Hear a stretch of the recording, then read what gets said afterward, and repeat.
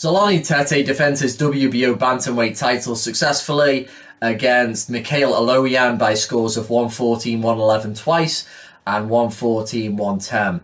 I thought those scores could have maybe been wider because it was hard to score rounds for Aloyan, who was relegated to just trying to force himself in a very ugly manner that often led to clinches and a lot of wrestling, which had points taken off from both sides. I thought it was a bit unfortunate on Tete's behalf because Aloyan was often ducking under the lead right jab, and then he was rightfully frustrated and trying to wrestle Tete.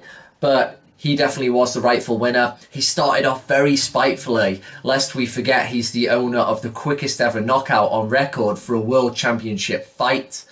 And considering what Inoue did in his last fight against Payano, you felt that there was maybe a bit of one-upmanship up for grabs there, and Tete was really going for it with his left hand.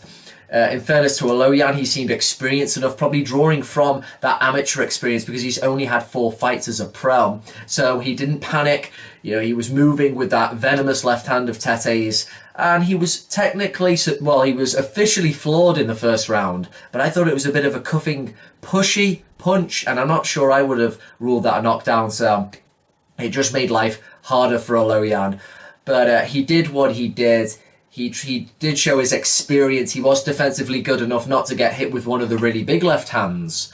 But what was apparent for a guy who hasn't knocked anybody out in the 4 fights that he'd previously had is he pinged Tete, I think in the 5th round, with a rolling right hook, which was about the only shot he had any kind of success with. It landed right bang on the chin.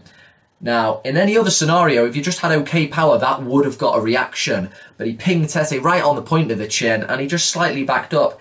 And that's really a problem when you've got a guy who's got you for size and speed. Now, before the fight, Aloyan said, "I'm the quicker fighter," everyone knows that, but I don't think that was the case. Tete's very quick with his feet and his hands. He's a bit like a praying mantis, very wiry and tall. And he was able to offset what Aloyan was trying to get going. And, of course, he has the power. And it's kudos for a guy like that. It's very difficult to get something going when you've got a guy who's got all the aces.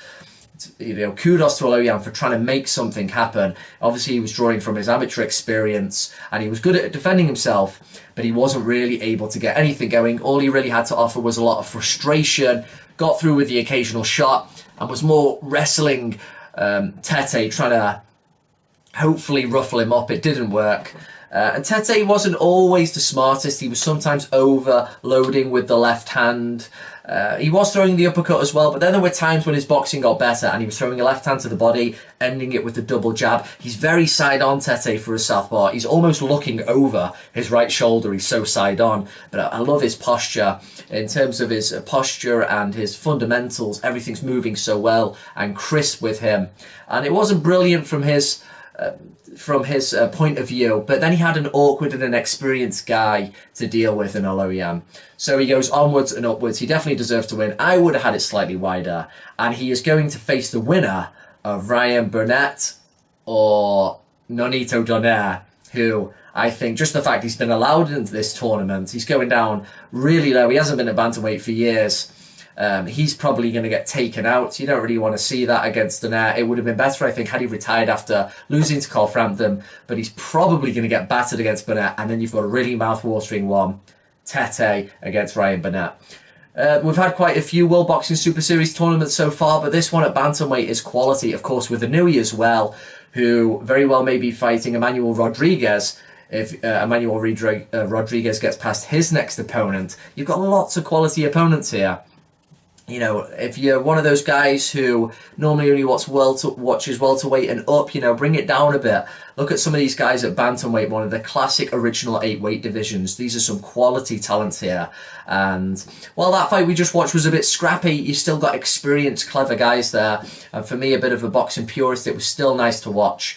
The prospect of Tete against Burnett, because I'm pretty sure he's going to get rid of Donaire, is very good. So, not the prettiest. It wasn't a world record knockout this time for Tete, and there was no knockout at all. Nobody really hurt each other, but he gets the job done, and the number 3 seed is very probably going to be fighting the number 1, and that's to say nothing of the monster, of course, who's on the other side of the draw.